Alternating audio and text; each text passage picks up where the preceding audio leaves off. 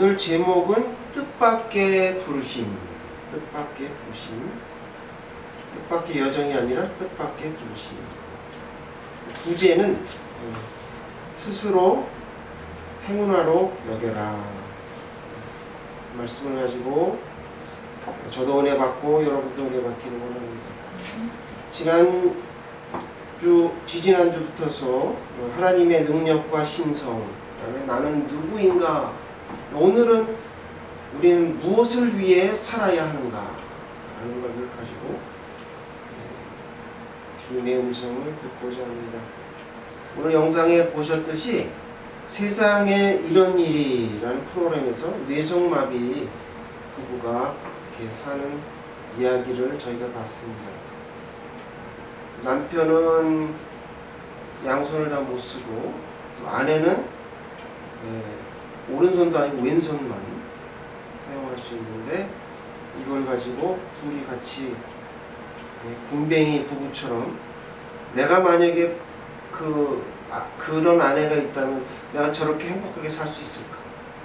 내가 만약에 저런 남편과 같이 산다면 이렇게 웃으면서 살 수 있을까? 이걸 생각해 봤습니다. 이 부부가 감사하게 이렇게 살아가는데, 이 부부가 신앙인인지 안 신앙인지는 전 잘 모르겠어요. 근데 중요한 거는 우리 크리스찬들이 왜 저런 사람들과 같이 저렇게 행복하게 살 수 없을까? 이게 문제죠. 모든 것에 감사하면서 우리가 살 수 있는데 자꾸 위만 쳐다봐. 밑에도 있어요. 밑에도 봐야죠.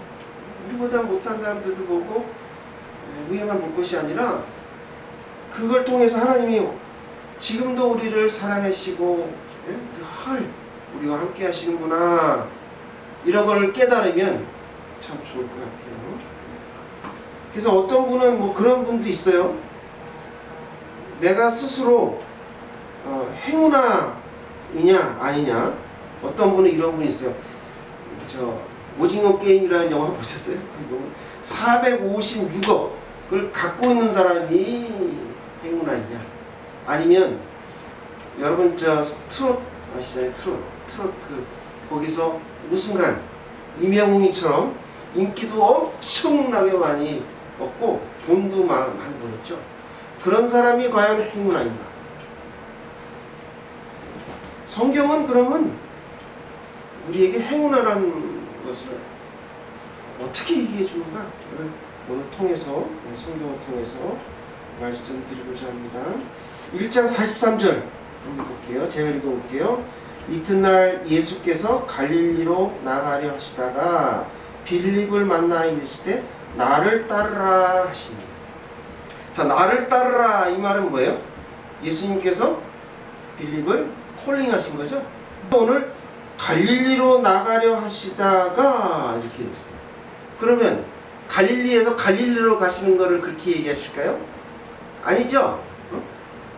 어떤 곳인지 모르지만 거기서 갈릴리로 이제 가시려고 하신 거죠.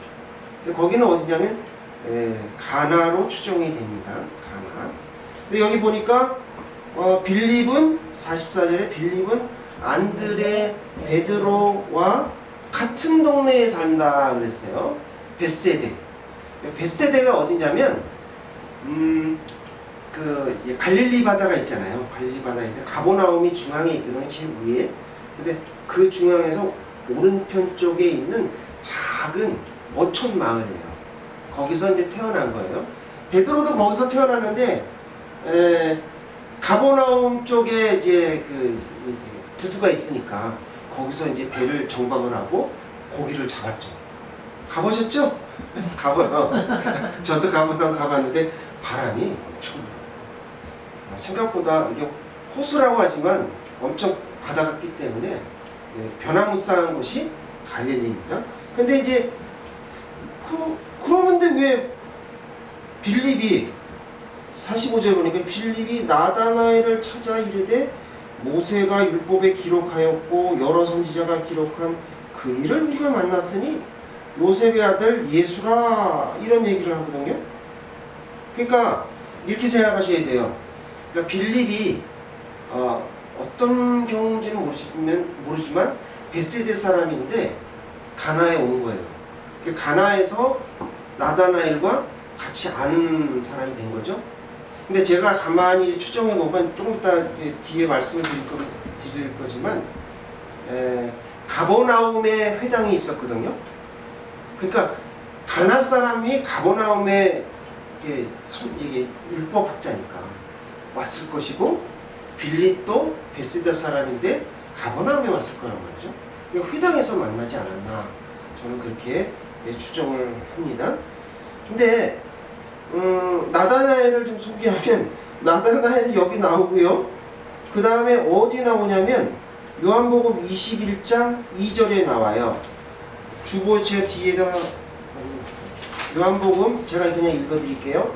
요한복음 21장 2절에 보면 시몬 베드로와 디두모라 하는 도마와 갈릴리 가나 사람 나다나엘과 이렇게 나오네요. 갈릴리 가나 사람 나다나엘과 세베대의 아들과 또 다른 제자들이 함께 있더니, 그러니까 여기서 보면 나다나엘이 성경에 2번 나오는데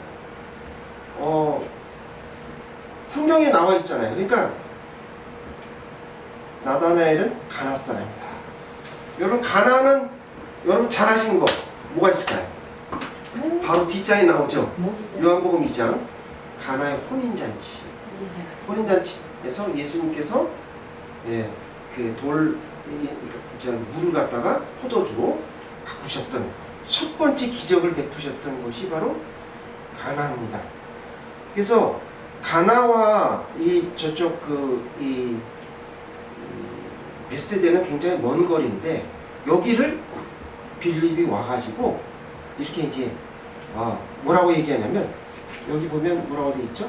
45절 다 함께 시작. 빌립이 나다나엘을 찾아 이르되 모세가 율법에 기록하였고 여러 선지자가 기록한 그 일을 우리가 만났으니 요셉의 아들 나사렛 예수니라.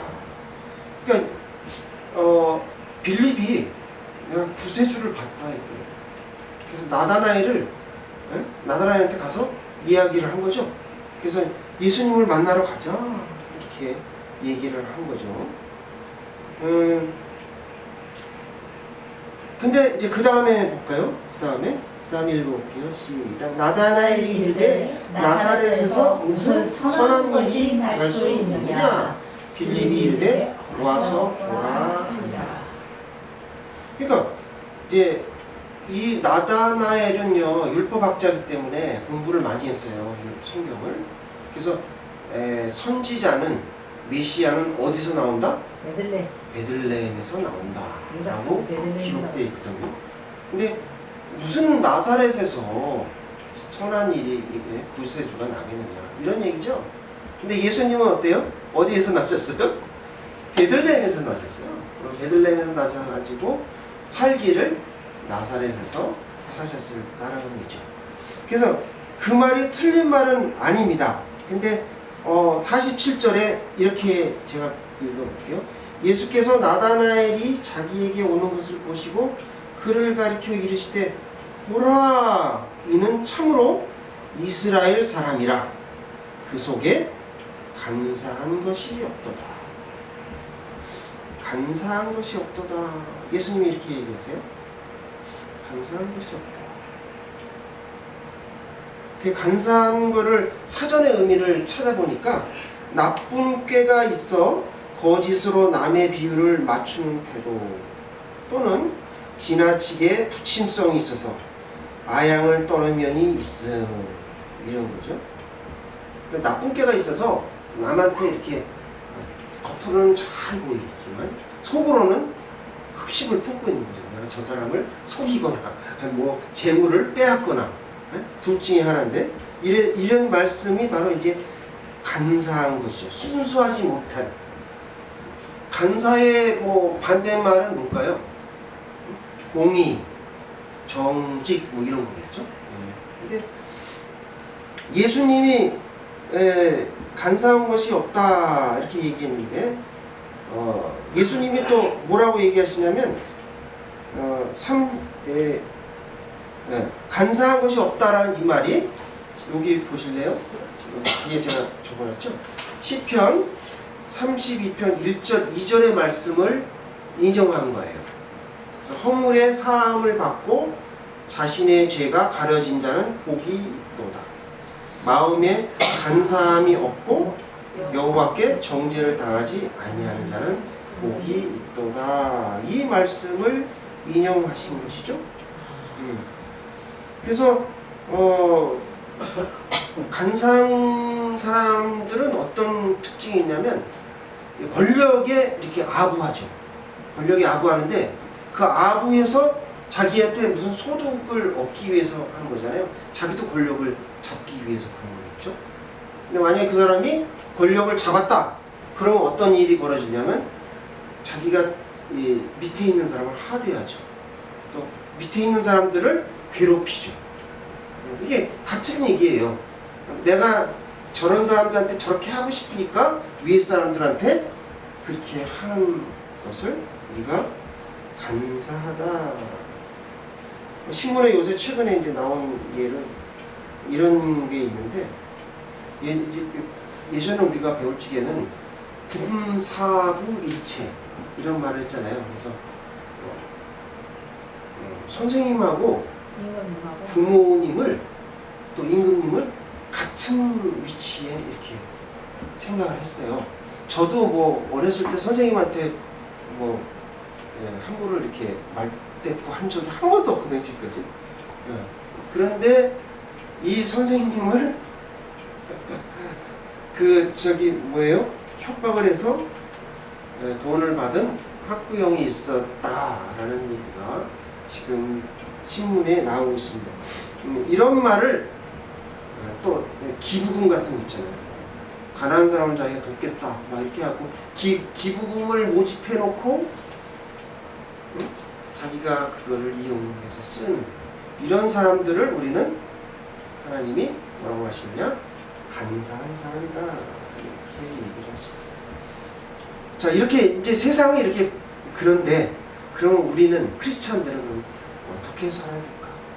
어떻게 살아야 될까? 오늘 본문을 통해서 우리에게 주시는 하나님의 말씀은 첫째로 뜻밖의 부르심에 순종하는 사람이 되어야 합니다 라고 말씀하십니다. 살아계신 하나님의 말씀입니다. 48절 다같이 봉독하겠습니다. 시작. 나다나엘이 이르되 어떻게 나를 아시나이까? 예수께서 대답하여 이르시되 빌립이 너를 부르기 전에 내가 무화과 나무 아래에 있을 때 보았노라. 그래서 이제 나다나엘이 대답해요. 47절에 보니까 나다나엘이 대답하되 라삐요, 당신은 하나님의 아들이시오, 당신은 이스라엘의 임금이로소이다. 여러분 이해가세요? 뜬금없는 말씀이죠. 중간에 무슨 말이 있었을까요? 아니에요. 아무것도 없어요. 근데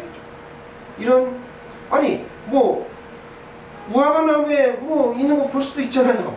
지나가다 볼 수도 있고. 근데 그 얘기를 했다고 예수님한테 당신은 하나님의 아들이요, 이스라엘의 임금입니다. 나다나엘이 미쳤죠? 미친 사람이에요, 이 사람. 완전히 수수께끼 같은 이야기인데, 왜냐면요, 그 당시에 여러분 잘 아시다시피 세례 요한이 헤로데한테 바른 말 했다고 목이 댕강 잘려버렸잖아요. 그런 시절인데 예수님 보고 당신이 이스라엘의 임금님입니다. 하나님의 아들입니다. 둘 다 걸려요.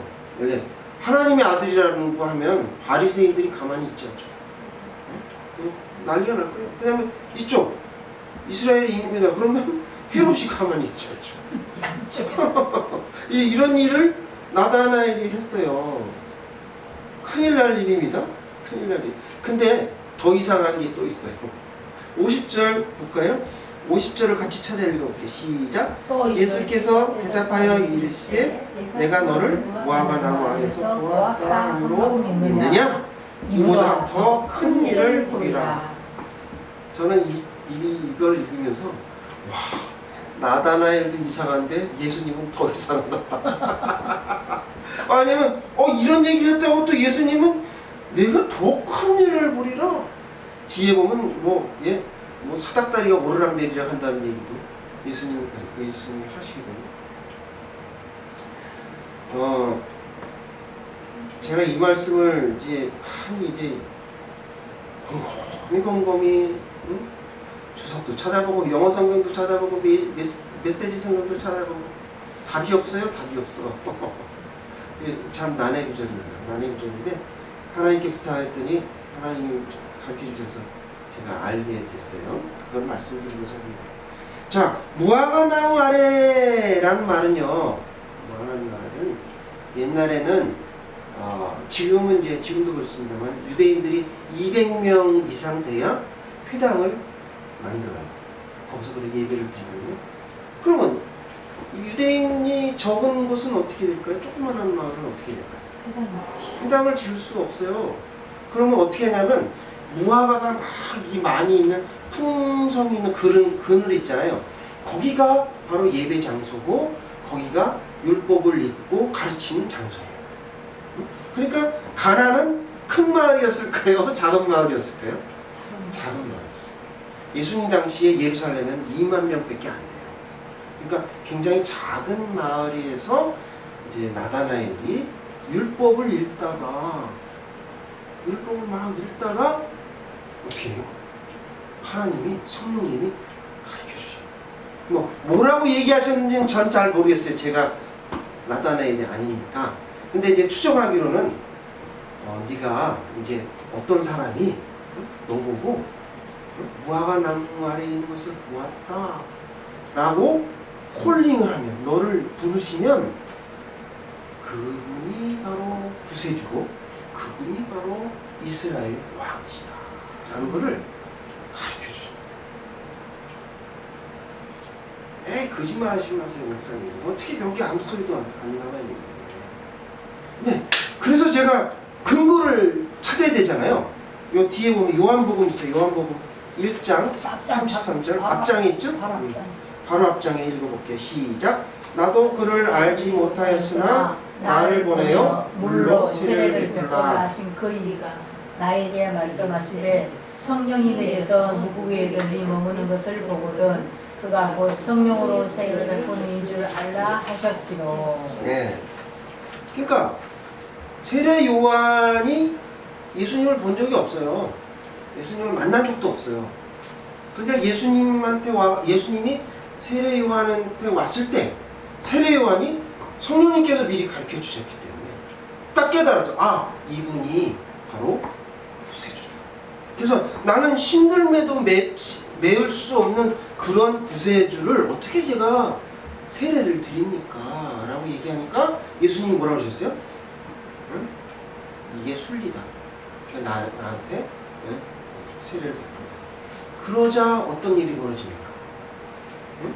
성령님이 비둘기처럼 내려가 예수님께 앉은 것을 보게 된 거죠. 그러니까 이 말씀에 의지하면 바로 나다나엘도 똑같은 일을 겪었다라고 할 수가 있는 거죠. 그래서 깨달았어요. 나다나엘은 이분이 바로 예수님이고 이분이 바로 나를 부르셨구나. 그래서 뜻밖의 부르심을 받게 되는 게 바로 나다나엘. 근데요, 이런 나다나엘만 있는 게 아니에요. 이 나다나엘은 12제자가 아니었는데 나다나엘만 그런 게 아니라 또 누가 있죠? 이렇게 12제자는 아니지만 제자인 사람이 있어요.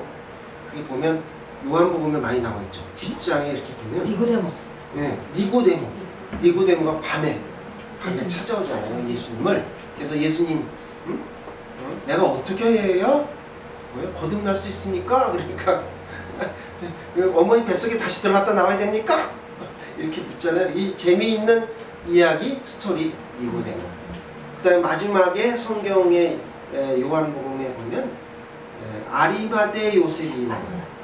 예수님의 그 시신을, 그것도 당차게 그 목숨 걸고 하는 겁니다. 시신을 빌라도한테 달라라고 얘기했던 그 아리마대 요셉. 열두 제자 아닌 사람들 중에서 우리 여러분 너무 잘 아시는 누가복음 쓴 누가, 이 사람도 제자죠. 마가도 제자예요.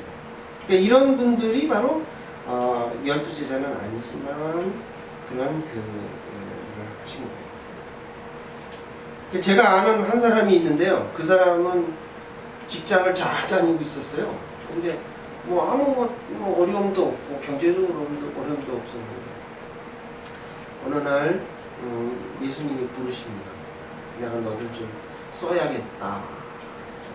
그래서 그분이 신학교를 가죠. 다 내려놓고 신학교를 가가지고 가긴 가야 되는데 또 이제 아무데나 갈 수 없으니까 장로의 신학대학이라는 데를 가게 돼요. 근데 시험을 이제 나이도 많이 됐잖아요. 그러니까 젊은 사람하고 이제 같이 경쟁하기가 그렇게 쉽지가 않죠. 근데 그게 또 워낙 어려워. 그래서 재수 3수까지 했어요. 네. 그러면서 어렵게 신학교에 가서 신학교 가지고 또 열심으로 한 번도 안 빠지고 결석 한 번도 안 하고 3년 개근상을 받아가면서 그래갖고 열심으로 신앙을 고백한 거죠. 쉽게 얘기하면. 결국 목사가 됐네요. 근데 요새 나이 많은 사람 교회에서 안 받아주잖아요. 쫓겨났어. 그러니까 쫓겨났는데 요새 개척을 할 수 있나요? 어렵게 있다가 이렇게 한 분이 있어요. 그런 사람은 바로 뭐예요? 하나님의 콜링, 니고데모와 똑같은 거예요. 뜻밖의 부르심에 하나님께 응답했지만 그 대가는 그렇게 만만치가 않았다는 거죠. 그래서 사무엘상에 보면 사무엘이 그런 얘기 하잖아요. 순종이 제사보다 낫고, 그 다음에 듣는 것이 수양의 기름보다 나으니라. 그러니까 여러분들도 언젠가 하나님이 이렇게 너 일로 와, 내일 좀 한번 해볼래? 라고 이야기할 수 있어요. 그때는 언제일지는 저도 잘 모르겠지만 뜻밖의 부르심에, 근데 이게 고난을 동반하지만 결과는 축복이라는 거죠. 그거를 잘 몰라서 그런데 우리가 뜻밖의 부르심에 순종하는 사람이 되어야 합니다 라고 오늘 말씀을 통해서 해주시고 계시고요. 둘째로는 스스로 행운하로 여겨라. 스스로 행운하로 여겨라. 거룩하신 하나님의 말씀입니다. 51절 다 같이 읽겠습니다. 시작. 또 이르시되 진실로 진실로 너에게 이르노니 하늘이 열리고 하나님의 사자들이 인자 위에 오르락 내리락 하는 것을 보리라 하시니라. 이거 어디서 많이 듣던 얘기 아니에요?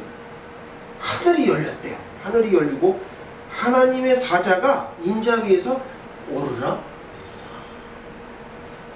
이거는 이제 창세기 28장에 있는 말씀인데 야곱이 에서 자기 형을 피해서 이제 밧단 아람으로 가다가 거기 이제 그 당시의 이름은 루스예요. 루스.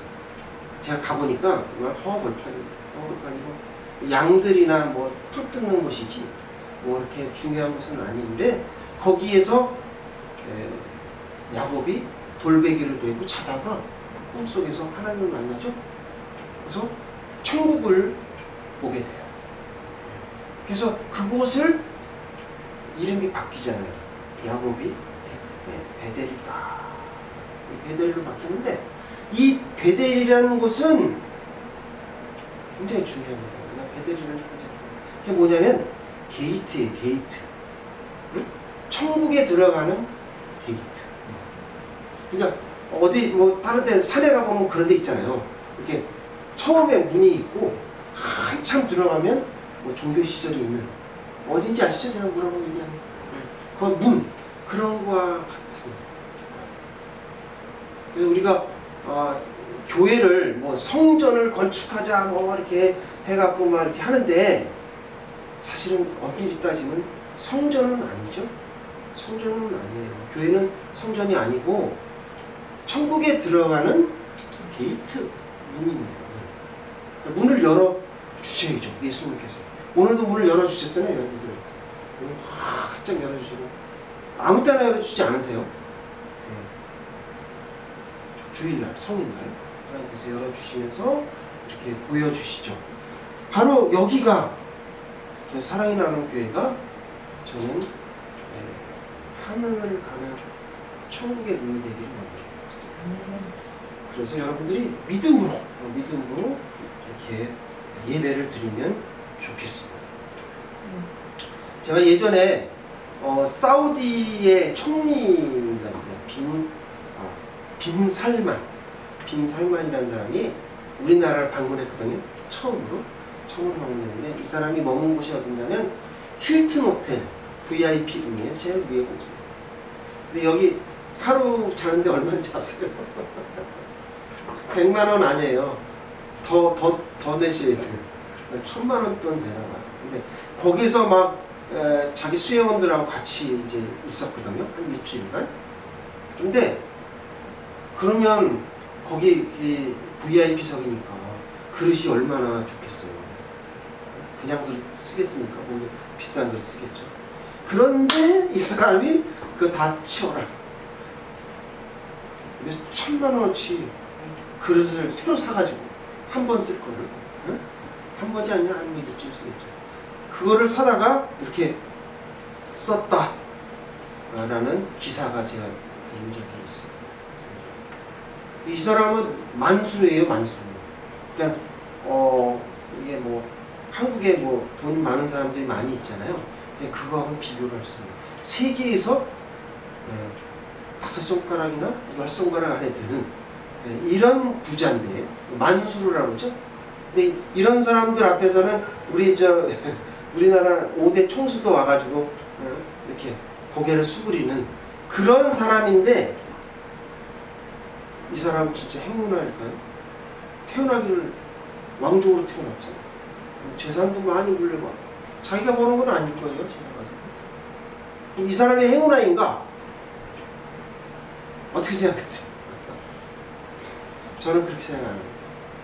왜요? 예수님이 없는 하나님을 섬기지 않은 사람은 그건 벌레와 같다라고 성경에 나와 있잖아요. 시편에. 이렇게 우리는 그런 사람을 행운아로 볼 것이 아니라 오늘 여기 영상을 봤던 그 장애인 부부 그런 사람이 행운아. 또 저도 그 속에 속해요. 하나님 저 부르셨잖아요. 그리고 말씀을 주셨어요.